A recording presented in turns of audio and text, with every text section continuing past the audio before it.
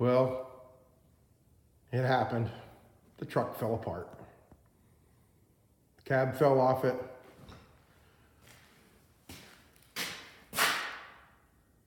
Transmission transfer fell out of it. No. So, Jordan and I pulled the cab this morning. I made a dump run, and when I came back, he had the transfer case out and the transmission. And he's got the the Cummins, almost said Power Stroke. He's got the Cummins all pressure washed. So, that's where we are. So the next thing is, we're gonna pick the transmission transfer case up. I gotta fab some motor mounts.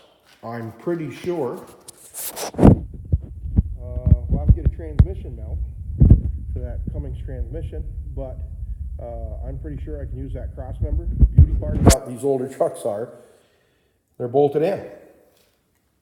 And it's bolted here, so you can take this out. I can make a new one to drop down in using these braces, modify this one, forward or backwards, wherever we need that transmission mount to be in a perfect spot. We have, we're gonna be back with it, but I have a good 12 inches that I can move it back before I run into interference with the frame coming up.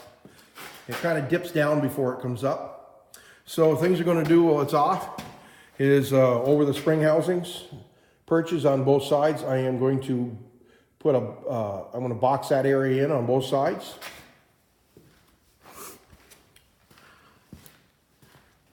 And the same back here, where trucks like to bend, frames like to bend behind the cab.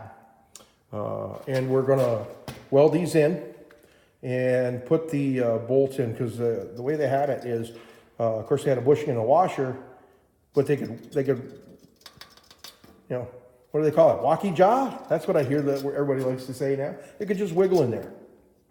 So I'm gonna weld these in.